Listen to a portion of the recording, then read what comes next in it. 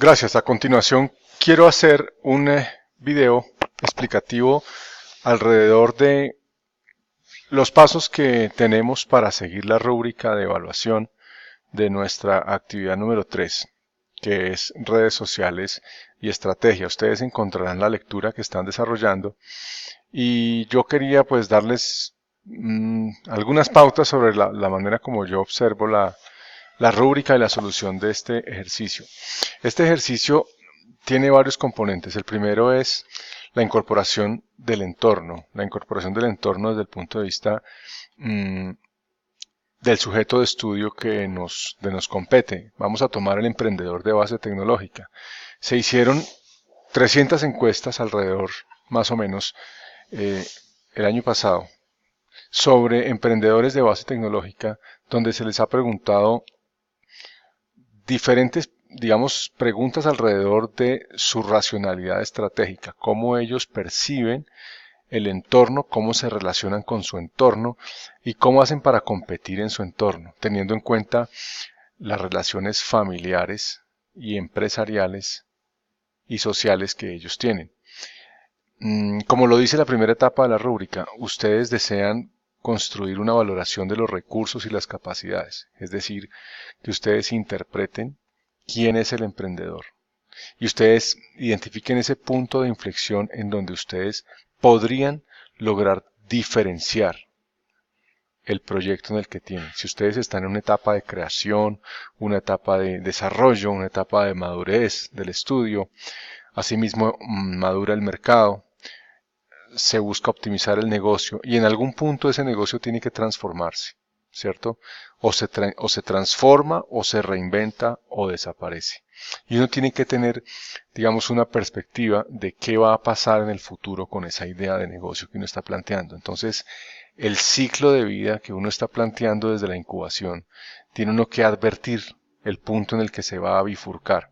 Como estamos hablando del concepto de la tecnología y de la base tecnológica, digamos que los ciclos de vida de negocio en la incubación de empresa tecnológica se tiene en cuenta, es el punto de bifurcación sobre el máximo punto de inflexión en el que puede llegar, digamos, un emprendimiento, como en este caso.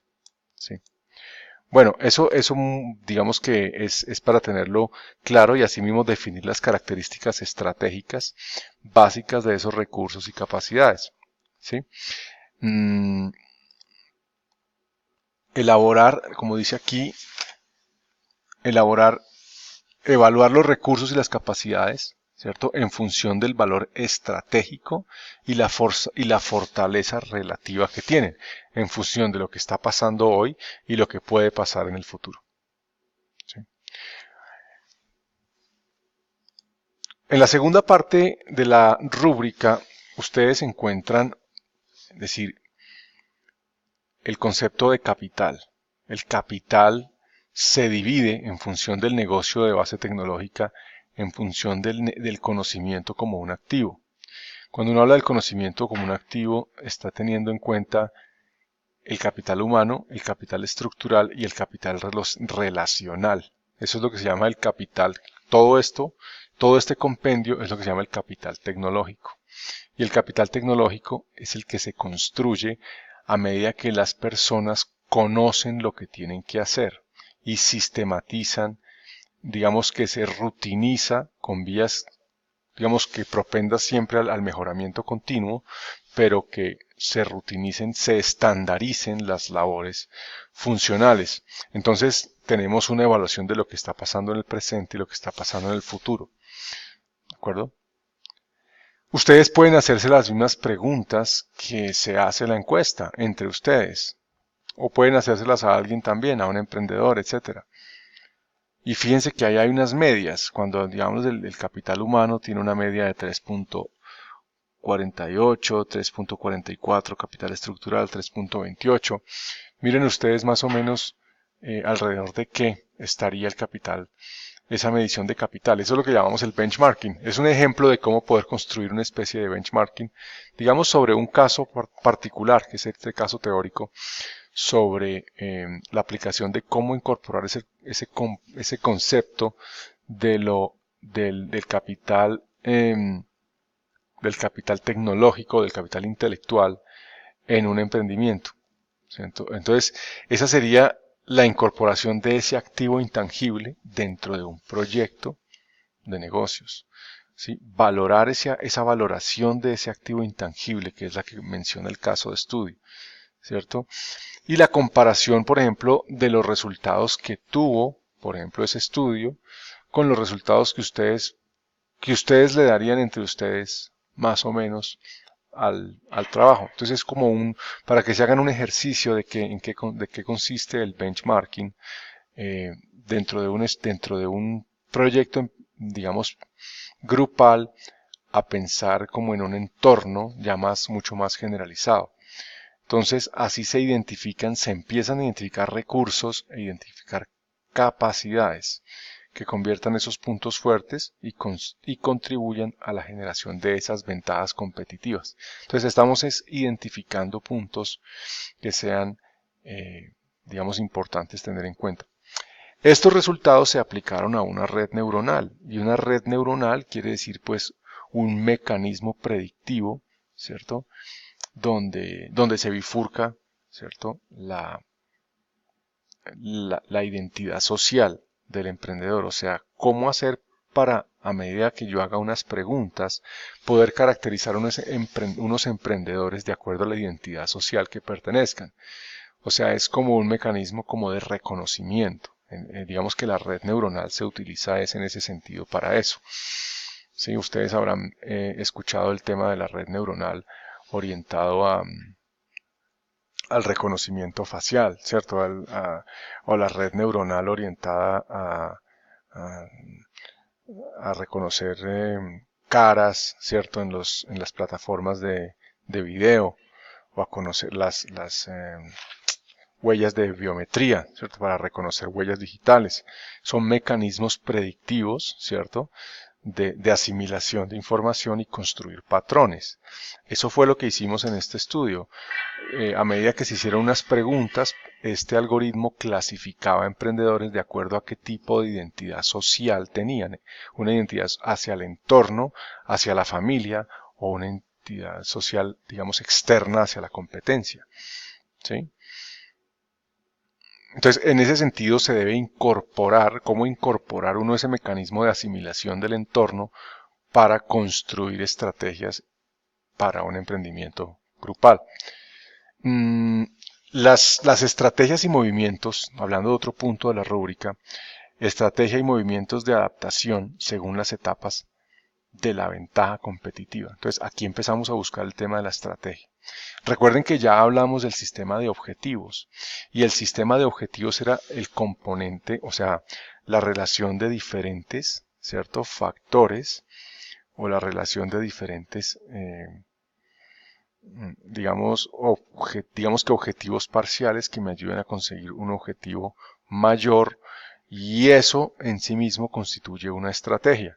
Entonces las estrategias las armamos como digamos, como esa estructura, ¿cierto? Sobre la cual, o una espina de pescado, como lo llaman ahora, sobre la cual diferentes, digamos, perfiles o ámbitos de generación de actividades constituyen un logro parcial hasta llegar a un logro global de objetivos, ¿cierto?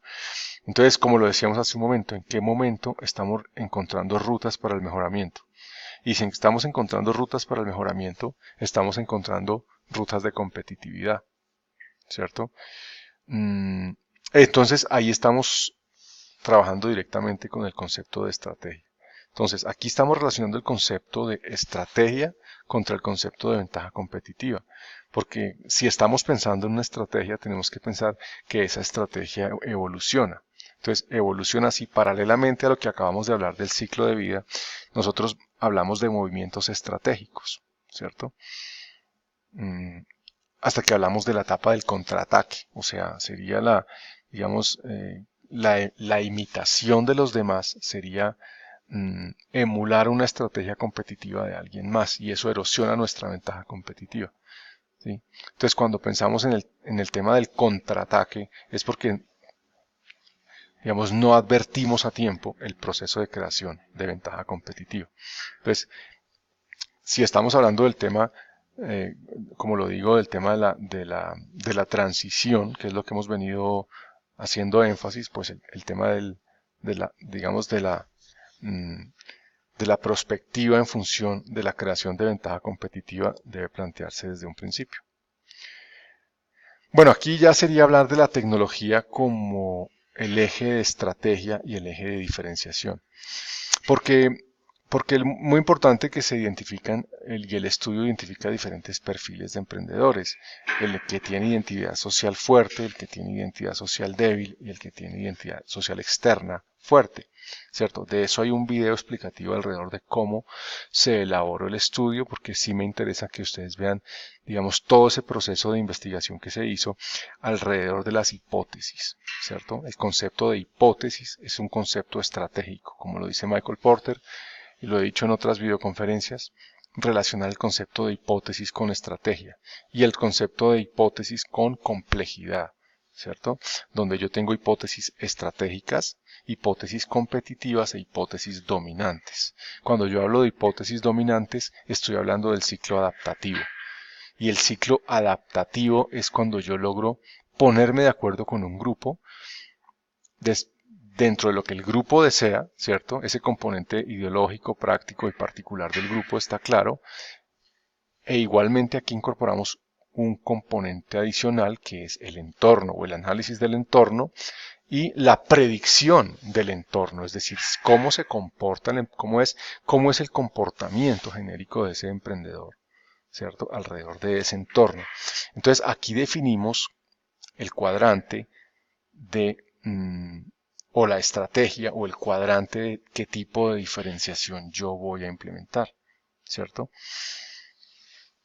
O qué estrategia de mejora, qué estrategia de adaptación, qué estrategia dependiendo, ¿cierto?, de cuál sería la identidad social. ¿Sí? Obviamente que, como lo dice el estudio, quien tenga identidad social externa fuerte, pues es el que tiene más, digamos, o sea, el que propende a durar en el tiempo, porque es el que tiene identidad social externa fuerte. Y si eso es lo que dicen los resultados del estudio, pues yo debería empezar a pensar, ¿cierto?, que mi planteamiento estratégico debería estar orientado alrededor de eso, ¿cierto? Entonces fíjense ustedes la red neuronal, qué predicción hace, porque dependiendo de esa predicción que hace la red neuronal, yo debería también adaptar los resultados de la investigación al diseño de mi estrategia de negocio. Y entonces, aquí en la última parte del estudio, ¿qué es lo que estamos planteando? Lo que estamos planteando es hacer un cuadro de mando genérico, donde yo incorpore, ¿cierto?, los conceptos que están muy claros alrededor de lo que arroja la red neuronal. La red neuronal dice, a ver, si yo cojo el 10%, ¿cierto?, de los datos, yo predigo el 40% de los resultados. O sea, lo que está diciendo es una gráfica de ganancias, donde está diciendo, si yo tomo un porcentaje X, ¿cierto?, de los datos y yo hago la simulación de ese resultado, yo puedo predecir lo siguiente, o sea, con este volumen de resultados yo puedo predecir este porcentaje de resultados. Ahora, si tomo un porcentaje mayor de los datos, yo puedo predecir un porcentaje, o sea, estoy haciendo un testeo y estoy haciendo una prueba de los datos, ¿sí? Así funciona la red. Entonces, lo que ustedes quieren es plantear esa diferenciación de porcentajes en función de un cuadro de mando, o sea, de un cuadro, digamos, de indicadores, construir indicadores de qué tanto y en qué proceso y en qué medida yo puedo ir implementando cambios, en qué porcentaje y así podemos advertir resultados. Entonces, ¿qué pasa? Que el cuadro de mando puede ser utilizado para construir indicadores de gestión, ¿sí? Ese sería el mensaje final alrededor de eso y que ustedes miren pues cómo son las etapas de creación del cuadro de mando, cuáles sean los ciclos, los insumos estratégicos y asimismo la creación, cómo finaliza todo el proyecto con la finalización de políticas empresariales. La política empresarial sería como la sistematización, ¿cierto?, de cómo estructurar un plan de trabajo para la creación de un proyecto empresarial. Gracias.